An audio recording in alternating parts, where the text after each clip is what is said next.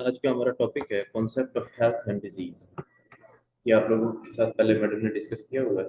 इसमें कुछ चीज़ें रिमेनिंग थी, इसलिए मैंने इस टॉपिक को चूज किया कि इस चीज़ें इनकम्प्लीट हैं तो ये कंप्लीट कर लें, तो फिर हम आगे फर्दर ऑन आगे चीज़ों की तरफ मूव करेंगे, क्योंकि मैडम ने जो आप लोगों को पढ़ाया था उन्होंने आगे इसको नेक्स्ट चैप्टर के अकॉर्डिंगली उसके साथ एडजस्ट करना, तो ड्यू टू सम सर्कमस्टांसेस वो कंटिन्यू नहीं कर पाए। इसलिए अब वो चीज़ें जो रिमेनिंग है हम उनके साथ चलाएंगे ताकि हम अपना सिलेबस को सारा कंप्लीट कर सकें।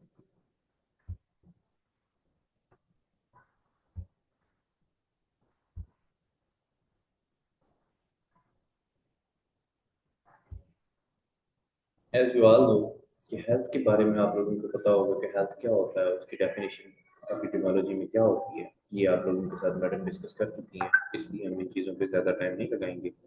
It is a state of complete physical mental and social well being and ability to function, and not merely absence of disease or infirmity, but also the ability to lead a socially and economically productive life। यानी कि हमें एक productive life गुजारने के लिए तमाम mentally, physically, socially और हमारे तमाम बॉडी की एक्टिविटीज या वो हमारे तमाम जो बॉडी के फंक्शंस हैं वो प्रॉपर फंक्शनिंग में हो, और कोई भी डिजीज ना हो, और कुछ भी इनएबिलिटी ना हो रही हो, और तमाम चीज़ें किसी भी इनएबिलिटी की एब्सेंस में ये सारी चीज़ें अपनी प्रॉपर फंक्शन कर रही हों और वर्क कर रही हों, तो उसे हम हेल्थ कहते हैं। ऑपरेशनल डेफिनेशन जो हेल्थ की डब्ल्यूएचओ की तरफ से थी वो डायरेक्ट है, वो नीचे मैंने मेंशन कर दी है, मैडम ने भी आप लोगों के साथ शेयर की हुई है, उसको मैंने सिर्फ थोड़ा सा मॉडिफाई किया है। उसमें है कि by WHO definition direct measurement can not be made, so operational definition has been devised by a WHO study group condition or quality of human being expressing the adequate functioning of organisms in given condition genetic environment। जो हमारे पास genetic environment दिया गया उसके accordingly हम जो functions कर सकते हैं, वो हमारा ह्यूमन ऑर्गेनिज्म जो है वो जो फंक्शन कर सकता है, वो फंक्शन प्रॉपर हो रहे हैं, तो हम कहते हैं कि वो एक कंप्लीट फिजिकल हेल्थ में पेशेंट हेल्दी है। By this definition health means क्या होगा हमारे पास, कि हमने कहा कि ऑब्वियस एविडेंस होना चाहिए हमारे पास किसी डिजीज का। उसके अलावा several organ of the body are functioning adequately. उसके अलावा ऑपरेशनल डेफिनेशन हमारे पास कहती है कि आइडेंटिफाई कर सकते हैं इससे हम किसी भी डिजीज को, इससे हमें पता चल सकता है कि किस तरह की डिजीज में एंटर हो रही है और उसके क्या आउटकम्स हमारे पास आ सकते हैं। ये सारी चीज़ें हम हेल्थ से, हमें इन चीज़ों से पता चल सकता है। फिर चलते हैं डिजीज की तरफ। अब हमने कहा कि हमें हेल्थ है, अगर हेल्थ है तो फिर हेल्थ की किसी एब्सेंस ऑफ डिजीज की वजह से, तो अब हमें डिजीज का भी पता होना चाहिए कि डिजीज क्या है। Disease is a process, it is a condition in which a body health is impaired. जब हमारे पास बॉडी की हेल्थ जो है वो इम्पेयर्ड हो जाती है, जैसे हम लोगों ने अभी प्रीवियसली हमने पढ़ी थी चीजें, प्राइमोडियल प्रिवेंशन की थी, नेचुरल हिस्ट्री ऑफ हेल्थ की थी, या नेचुरल हिस्ट्री ऑफ डिजीज किया था, ये सारी चीज़ें हमने कर चुके थे, लेकिन इसमें कुछ चीज़ें रिमेनिंग थी। तो मेरी मैडम से डिस्कशन के बाद मुझे पता चला था कि कुछ चीज़ें अभी और ऐड करनी थी, मैं इसलिए फिर ये दोबारा से शुरू किया। तो इसमें हमने देखना ये है कि हमारे पास कोई भी बॉडी जो है वो उसकी हेल्थ इम्पेयर्ड होगी तो हमने कहते हैं। आप लोगों ने जो पहले आप लोगों ने जब आप लोगों ने स्टार्ट किया होगा जनरल नर्सिंग, तो आप लोगों ने इसकी जो डिजीज डेफिनेशन पढ़ी होगी, वो भी मैंने मेंशन की हुई है कि departure disease is departure subjective और ऑब्जेक्टिव फ्रॉम फिजियोलॉजिकल और साइकोलॉजिकल वेल। ये हम कॉमनली जो है मेडिकल में लेमन टर्म के हवाले से हम ये डिजीज की डेफिनेशन पढ़ते होते हैं। ये भी मैंने मेंशन कर दिया था कि हम लोग इसमें कंफ्यूज ना हो कि डिजीज की डेफिनेशन वो थी या ये थी।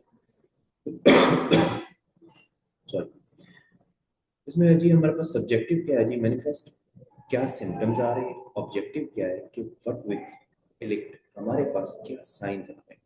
हम लोग अमूमन का हॉस्पिटल में साइंस एंड सिम्टम्स इकट्ठे लिखते हैं, हालांकि symptom is a different thing unless कि साइन जो है वो हमारे पास प्रेजेंट हो, तब हमारे पास कोई सिम्टम आएगा। अगर आपके पास कोई साइन नहीं आएगा तो सिम्टम कैसे आएगा। हमने यहाँ पे इन चीज़ों को डिफ्रेंशिएट नहीं करना।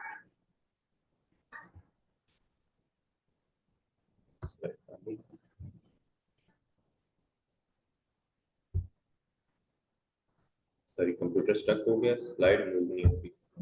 जैसे स्लाइड मूव होती है मैं आपको से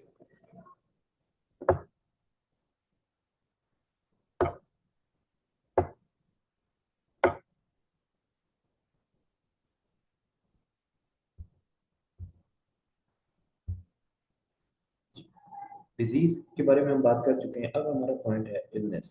इलनेस क्या होता है? It is a phenomenon, it is a subjective state जिसमें हमारे पास इक्विलिब्रियम है इसके दरमियान बॉडी के और उसके फंक्शन जो डिस्टर्ब हो। अब हमारे पास पेशेंट जब वेल था तो हमने कहा कि वो हेल्दी है, जब वो अनवेल हो गया तो हमने कहा कि ये हमारे पास डिजीज होगी। अब हम उसके देख रहे हैं कि हमारे पास कौन कौन से फंक्शंस हैं जो हमारे पास उसमें पेशेंट प्रॉपर परफॉर्म नहीं कर सकता। अगर परफॉर्म नहीं कर पा रहा तो हम उसे क्या कह देंगे? इलनेस कह देंगे। सिकनेस क्या है? कि कोई भी सोशली डिसफंक्शन हो जाए उसे हम सिकनेस कह देते हैं। हमारे पास बहुत सारी सोशल सिकनेस वाली चीजें हैं कि हमारे पास कोई रोल है या कोई हमारे पास कोई काम हम प्रॉपर कर नहीं पा रहे, तो वो हम सोशली सिकनेस की वजह से भी हम नहीं कर पा रहे होते हैं। इनकी डेफिनेशन ऑलरेडी मैडम ने भी लिखी हुई। ट्रू हेल्थ क्या होती है जी? ट्रू हेल्थ हमारे पास वो हेल्थ की स्टेट है जिसमें हमारे पास पेशेंट फिजिकली, मेंटली और सोशली प्लान करके हेल्थी रह सकता है, उसे ट्रू हेल्थ कहते हैं। जो हम लोग प्लान करते हैं कि मैंने ये डाइट करनी है, मैंने यूं मैनेज करना है अपनी लाइफ को, ये हमारे पास एक ट्रू हेल्थ। पॉजिटिव हेल्थ क्या चीज होती है? पॉजिटिव हेल्थ होती है हमारे पास वो जो काम जो हम हमारी बॉडी और माइंड दोनों आपस में कोऑर्डिनेट करके फंक्शन करते हैं, उसे हम पॉजिटिव हेल्थ कहते हैं। आप लोगों ने नॉर्मली नोट किया होगा कि हम बैठे होते हैं लेथार्जिक होकर और कोई काम करने को दिल नहीं कर रहा होता, एंड सम टाइम हम लोगों का ऐसे दिल कर रहा होता है जैसे हम सारी दुनिया आज ही पता कर लें। तो पॉजिटिव हेल्थ के लिए हमारा माइंड और हमारी बॉडी दोनों आपस में इकट्ठे होते हैं तो हम काम कर पाते हैं, उसे हम पॉजिटिव हेल्थ कहते हैं। हम इसके बारे में ना ट्रू हेल्थ, ट्रू और ट्रू पॉजिटिव और ट्रू नेगेटिव भी करेंगे जब हम एनालिटिकल स्टडीज की तरफ जाएंगे। स्पेक्ट्रम ऑफ द डिजीज के बारे में बात करते हैं। स्पेक्ट्रम ऑफ द डिजीज क्या होता है? It is a graphic representation of a variation in the manifestation of a disease. हम किसी भी डिजीज को डिफरेंट डिफरेंट उसके जो है उस हवाले से हम चेक कर सकते हैं कि हम एक स्पेक्ट्रम बनाते हैं जिसमें हम डिफरेंट डिफरेंट कलर शो कर सकते हैं कि हमारे पास किस टाइप की डिजीज है, क्या क्या हो सकता है।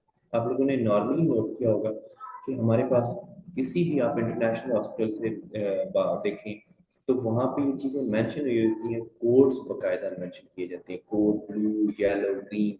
वो बेसिकली हमारे पास एक डिजीज के बारे में या एक हमारे पास किसी इलनेस के हवाले से वो चीजें हम डिफरेंशिएशन के लिए हम लोगों ने स्टार्ट की हुई है। इसमें हमारे पास it is just like we have the colours merge on to another are difficult for us to differentiate one colour from the others. इसमें आप देखें एंड हमारे पास अदर जो होंगे फिटल इलनेस जो होगी, आप देखिए हमारे पास मिडिल स्पेक्ट्रम में लाइज करेगा, लेकिन हमारे पास हम उसको कॉन्सेप्ट ऑफ डिजीज के हवाले से चला रहे होंगे। आपने एक आइसबर्ग वाली एग्जांपल देखी होगी, उसके तरफ हम चलते हैं। Iceberg of disease. आइसबर्ग आप वैसे तो बहुत सारे लोगों ने वो हमारे जब मैं हम लोग थे तब उस वक्त हमारे दौर में तो टाइटैनिक बहुत ज्यादा मशहूर थी। उसमें बेसिकली वो आइसबर्ग के हवाले से दिखाते थे कि आइसबर्ग ऊपर से बहुत थोड़ा नजर आता है लेकिन नीचे बहुत ज्यादा उसका स्पैन हो सकता है। अब हमें वो ऊपर से तो नजर नहीं आ रहा क्योंकि वाटर के नीचे है। आइसबर्ग की तरह हमारे पास डिजीज भी हमारे पास जितने केसेस प्रेजेंट करेंगे वो हमारे पास ऊपर की जानिब शो हो रहे होंगे, हमारे पास उस स्पेक्ट्रम पे नजर आ रहे होंगे कि नंबर ऑफ केसेस कितने हैं। लेकिन अब स्पैन ऑफ द डिजीज हमें कोई आइडिया नहीं कि स्पैन ऑफ द डिजीज कितना हो सकता है, कितने लोगों को मजीद फैल चुका है, कितने लोगों ने वो अपना जो है वो नॉमिनेट ही नहीं हो सके, कितने लोगों ने अपना चेकअप ही नहीं करवाया। तो वो इसलिए हम कहते हैं कि आइसबर्ग ऑफ डिजीज। अब से हमें पता चलता है कि डिजीज कितनी हद तक फैल चुकी है या कितनी हद तक फैल सकती है। तो किसी भी डिजीज को जब हम देख रहे होते हैं तो हमारे पास आइसबर्ग ऑफ डिजीज के हवाले से हम चल रहे होते हैं। आप लोगों ने नॉर्मली नोट किया होगा कि कोविड में कई लोग तो ऐसे थे जिन्होंने वैक्सीनेशन भी नहीं करवाई थी, और कई लोग ऐसे थे जो कहते थे हमें हॉस्पिटल नहीं जाना वरना वो हमें टीका लगा कर मार देंगे। तो ये सारी चीजें हमारे पास जब तक मेंटेन्ड नहीं होंगी तब तक हमें पता नहीं चल सकेगा कि डिजीज किस तरह फैल सकती है या कितने लोगों में फैल सकती है। अब आप अगर ओवरऑल वर्ल्ड में देखें तो हमारे पास कोविड बहुत कम रह गए, लेकिन पाकिस्तान में अभी भी हम लोग सिर्फ दुनिया को दिखाने के लिए कह रहे हैं कि कोविड नहीं है, हालांकि कोविड के केसेस अभी भी हमारे पास रिपोर्ट हो रहे हैं। हम दुनिया को कहते हैं कि कोई कोविड नहीं है, ये वायरल निमोनिया है, ये है, बाकी चीज़ें, ये हमारे पास बेसिकली हम आइसबर्ग ऑफ डिजीज के हवाले से अब उसकी डिजीज का स्पैन जो हम पाकिस्तान में खत्म नहीं हो पाता, जैसे आप लोगों ने देखा होगा कि पोलियो इरेडिकेट हो चुका है ऑल ओवर द वर्ल्ड, लेकिन हमारे पास पाकिस्तान में अभी तक है। अब ये जो चीज़ें चल रही होती हैं, ये चीज़ें बेसिकली नॉमिनेट ना होने की वजह से चल रही होती हैं, या हमारे पास प्रेजेंट नहीं कर पाते वो लोग, वो हमारे पास उनकी रसाई नहीं है हॉस्पिटल तक या उस जगह तक। कम्युनिटी जो कम्युनिटी वर्कर्स हैं, कम्युनिटी हेल्थ वर्कर्स हैं, वो लोग उन लोगों से डाटा नहीं कलेक्ट कर पाते। इस वजह से हमारे पास एक चीज़ अभी तक चल रही है, उसमें वो कहता है कि a concept of closely related to a spectrum of disease is the concept of iceberg phenomenon of disease. According to this concept, disease in a community may be compared with an iceberg. हम अगर उसको देखते हैं तो कहता है कि floating tip of the iceberg represent what a physician sees in the community. Floating tip जो होती है, जो ऊपर चीज नजर आ रही है, फिजिशियन तो वही देख सकता है ना कि ये डिजीज आ रही है।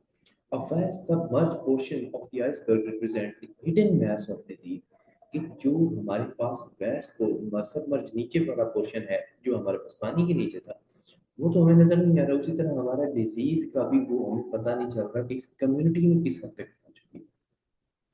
इसके लिए गवर्नमेंट ने, हमारे पास WHO ने कुछ नए रूल्स बनाए जो हमारे पास गवर्नमेंट में पाकिस्तान में भी इम्प्लीमेंट होते हैं। उनके बारे में भी हम कम्युनिटी इसी एपिडेमियोलॉजी में बात करेंगे जब हम आगे लेटर ऑन बात करेंगे। ये आपको विजिबल जो एरिया है वो डेथ, जो जितने हमारे पास नंबर ऑफ केसेस रिपोर्ट हुए, कितने हमारे पास डेथ हुए, कितने क्लिनिकल केसेस हुए। उसके बाद इनविजिबल केसेस जो हैं वो तो हमें पता ही नहीं, वो एसिम्टोमेटिक होंगे, उनमें हो सकता है इन्फेक्शन भी एसिम्टोमेटिक हो, कुछ लोगों को पता ही ना हो, क्योंकि हमारी तरफ पाकिस्तान में तो कंसेप्ट ही नहीं है ना क्या एवरी 3 मंथ आपने स्क्रीनिंग करवाना। आप अपनी स्क्रीनिंग करवाएंगे तो पता चलेगा कि कौन कौन सी डिजीज हो सकती है। अब स्क्रीनिंग का हमें फायदा क्या होता है? स्क्रीनिंग का हमें फायदा एपिडेमियोलॉजी में ये होता है कि स्क्रीनिंग से हम किसी भी डिजीज को, जैसे हम प्राइमोडियल में कह रहे थे, अर्ली डायग्नोसिस, हमारे पास अर्ली डायग्नोसिस आ जाएगा, अर्ली डायग्नोसिस बन जाएगा, primordial prevention, primary prevention, secondary prevention. ये इसमें हमारे पास प्राइमरी प्रिवेंशन में बेसिकली आता था ना कि अर्ली डायग्नोसिस, तो हम अर्ली डायग्नोसिस कर लेंगे, उससे हमें एडवांटेज ये होगा कि किसी भी डिजीज को स्प्रेड होने से हम रोक सकते हैं। इंडिकेटर्स ऑफ द हेल्थ क्या होते हैं? इंडिकेटर्स किसी भी चीज को, जो चीजें हमारे पास उसके हवाले से हमें एक्सप्लेन कर पाती हैं, उनके बारे में हम बात करते हैं। इंडिकेटर्स ऑफ हेल्थ है हमारे पास variables that help to measure changes how status of community measure. इसमें इंडिकेटर्स हैं हमारे पास जो हमें बताएंगे कि हमारे पास वो चीजें जो सिचुएशन को रिफ्लेक्ट करें और नई सिचुएशन को मेंटेन करना, उनको बेसिकली हम हेल्थ के इंडिकेटर्स कहेंगे। मसलन हमारे पास आइडियल इंडिकेटर्स कौन कौन से होते हैं कि वैलिड हो, रिलायबल हो, सेंसिटिव हो, स्पेसिफिक हो, फिजिबल हो, रेलेवेंट हो, ये तमाम चीजें, और डेफिनेट। अब ये तमाम चीजें हमारे पास हेल्थ के इंडिकेटर हैं कि एक पेशेंट, अगर आप पेशेंट की बात करते हैं या आप एक डिजीज की बात करते हैं, हम पेशेंट की एग्जांपल लेते हैं ताकि हमारे लिए आसानी से हम उसकी सारी चीजें की समझ सकें कि इंडिकेटर्स क्या है। एक पेशेंट जो वाकई पेशेंट हो, रिलायबल, जो आपके साथ रिलायबल हो, जो आपको सारी चीजें बता, सेंसिटिव, कुछ लोग सेंसिटिव ज्यादा होते हैं, कुछ सेंसिटिव नहीं होते, वो पेशेंट सेंसिटिव होना चाहिए। स्पेसिफिक, उस डिजीज के लिए हमने उसको स्पेसिफाई कर लिया है, बाकी डिजीज से हमने उसको बाकी डिजीज से हमने उसको बचाना है। फिजिबल, एक पर्सन आपके लिए फिजिबल भी होना चाहिए कि वो पेशेंट आपके तक पहुंच सके। रेलिवेंट, उससे ही रिलेटेड हो, उसको कोई और कोमोर्बिडिटी ना हो, और डेफिनेट मतलब कि वही हो। यही चीजें हमें इसके हवाले से सारी की सारी बताएंगी। मोर्टेलिटी इंडिकेटर्स हैं इसके अलावा हमारे पास, मोर्टेलिटी इंडिकेटर्स होते हैं, मॉर्बिडिटी इंडिकेटर्स होते हैं, डिसेबिलिटी रेट क्या है, ये हमारे पास बेसिकली मेन चीज़ें हैं जिन पे हमने काम करना होता है। ये छोटी मोटी डेफिनेशन थी जिन पे अहमद जो की तरह बात कर रहे थे, मोर्टेलिटी इंडिकेटर्स। मोर्टेलिटी होता क्या है, पहले तो हमें ये पता होना चाहिए कि मोर्टेलिटी क्या होता है। मोर्टेलिटी रेट वो रेट होता है जो हमारे पास एक गिवन टाइम में, एक गिवन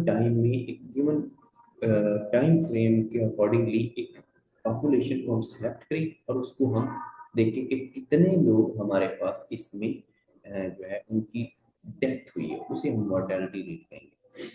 उसमें हमारे पास क्रूड डेथ रेट हो सकता है, लाइफ एक्सपेक्टेंसी हो सकती है। मोर्टेलिटी इंडिकेटर्स के हवाले से हम ये सारी चीजें देख सकते हैं। इन्फेंट मोर्टेलिटी रेट देख सकते हैं, अगर हम एक इन्फेंट मोर्टेलिटी रेट देखते हैं या लाइफ एक्सपेक्टेंसी देखते हैं, क्रूड डेथ रेट देखते हैं, तो इनसे हमें एक चीजें पता चलेंगी कितने लोग जो है वो मरने के चांसेस हो सकते हैं, या कितने लोगों के पास हमारे पास जो है लाइव वर्ष, या कितने लोग हमारे पास जिंदा रह सकते हैं। Mental mortality, maternal mortality rate आ जाएगा हमारे पास, अंडर 5 आ जाएगा मोर्टेलिटी रेट। उसके अलावा डिजीज स्पेसिफिक मोर्टेलिटी रेट आ जाएगा, पोस्टल मोर्टेलिटी रेट आ जाएगा। इन सब की हम लोगों ने डिफरेंट डिफरेंट डेफिनेशंस पहले की हुई हैं, अगर नहीं होंगी तो आप लोग मुझे व्हाट्सएप कर दीजिएगा। मैं नेक्स्ट स्लाइड जब हम लेक्चर करेंगे तो उसमें हम उसका साथ साथ उसकी सारी की हर एक की डेफिनेशन भी मेंशन कर दूंगा, कोई इशू नहीं। उसके बाद मॉर्बिडिटी। मॉर्बिडिटी होती है किसी भी डिजीज के बारे में जानने के हवाले का जो अमल होता है, उसको हम कहते हैं मॉर्बिडिटी, कि हमारे पास उसमें कितने लोग इन्वॉल्व हुए और कितने लोग उसमें हमारे पास रिकवर हुए।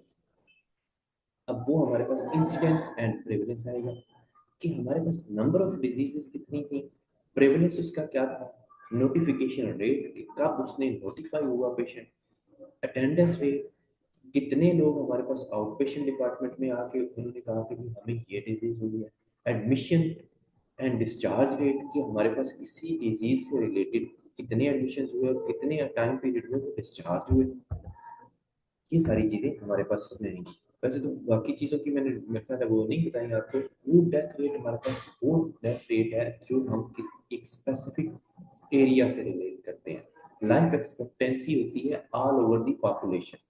इन्फेंट मोर्टेलिटी रेट होता है हमारे पास कितने बच्चे जो हमारे पास इन्फेंट सरवाइव कर जाते हैं, और बाकी के जो कितने बच्चे हमारे पास बच्चों की डेथ हो जाती है, इन्फेंट छोटा बच्चा रहता है। चाइल्ड मोर्टेलिटी, जो बच्चा हमारे पास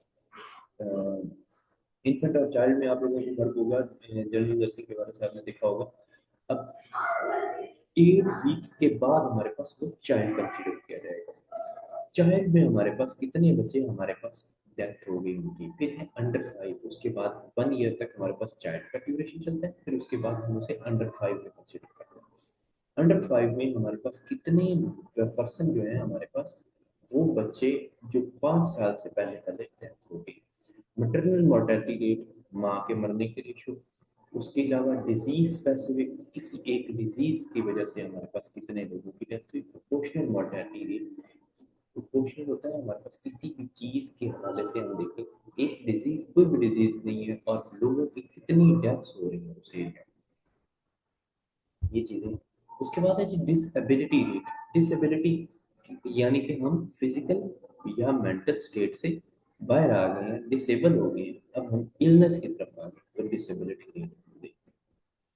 इवेंट टाइप इंडिकेटर्स कौन कौन से हो सकते हैं, हम कहता है जी कि number of days of restricted activity, कितने डेज के लिए उसकी एक्टिविटी रिस्ट्रिक्ट हो गई है। फॉर एग्जांपल कोई भी डिजीज, या आप नॉर्मली अभी रिसेंटली मुझे, मैं स्टेट से स्लिप हुआ था, मुझे वो अपनी एग्जांपल याद आ गई। उसमें मैंने जो था कितने डेज के लिए मेरी एक्टिविटी जो थी वो रिस्ट्रिक्ट हो गई, तो मैं एक स्टिक के साथ चलता था, तो मैं प्रॉपर अपनी एक्टिविटी नहीं परफॉर्म कर पा रहा। बेड डिसेबिलिटी डेज, कितने दिन वो बेड लाइंग पेशेंट रहा है, वो नहीं अपनी कोई एक्टिविटी कर सका। वर्क लॉस डेज, कितने दिन उसने काम नहीं किया। इवेंट के हवाले से हमारे पास ये इंडिकेटर होगी। अब हम person type indicator, person type में हमारे पास देखें कि लिमिटेशन ऑफ मोबिलिटी, वो मोबाइल नहीं हो सकता, वर्क नहीं कर सकता, वॉक नहीं कर सकता, चल नहीं सकता, उठ नहीं सकता। लिमिटेशन ऑफ एक्टिविटी, जो उसकी एक एक्टिविटी लिमिटाइज हो गई। एक पर्सन एक्सरसाइज करता था, जॉगिंग करता था, वो अब जॉगिंग नहीं करता। मैं अपने ही वाली एग्जाम्पल को आगे कंटिन्यू किया था। स्लीवियंस इंडेक्स क्या होता है? स्लीवियंस इंडेक्स हमारे पास बेसिकली कैलकुलेट करता है by subtracting from the life expectancy the probable duration of bed disability and inability to perform major activities। ये चीजें हमारे पास सुलिवियन इंडेक्स में आती है कि हम कैसे सुलिवियन इंडेक्स निकालते हैं कि एक पर्सन जिसकी मेजर एक्टिविटीज करवानी है उसमें हम उसकी कितनी लाइफ एक्सपेक्टेंसी को हम सब्ट्रैक्ट कर लेंगे उसके ड्यूरेशन ऑफ डिसेबिलिटी, कितना टाइम वो बेड पे डिसेबल रहा है और कितना टाइम वो एबल रहा है कुछ भी काम करने के हवाले से, तो उसमें से जो हमारे पास कैलकुलेट होकर निकलेगा उसे हम सुलिवियन इंडेक्स। हेल्थ, ये हमारे पास बेसिकली सुलिवियन इंडेक्स हमारे पास किसी भी हॉस्पिटल के हवाले से हम किसी एक डिजीज को जब हम डाटा कलेक्ट कर रहे होते हैं थीसिस के हवाले से ये मोस्टली चल रहा होता है, तो तब हम सुलिवियन इंडेक्स के थ्रू उस पेशेंट के हवाले से निकालते हैं कि इस डिजीज से रिलेटेड कितने लोग कब तक सर्वाइव कर सकते हैं, कितने अर्से तक उन्होंने सर्वाइव किया। अच्छा, उसके बाद आ गया हेल्थ।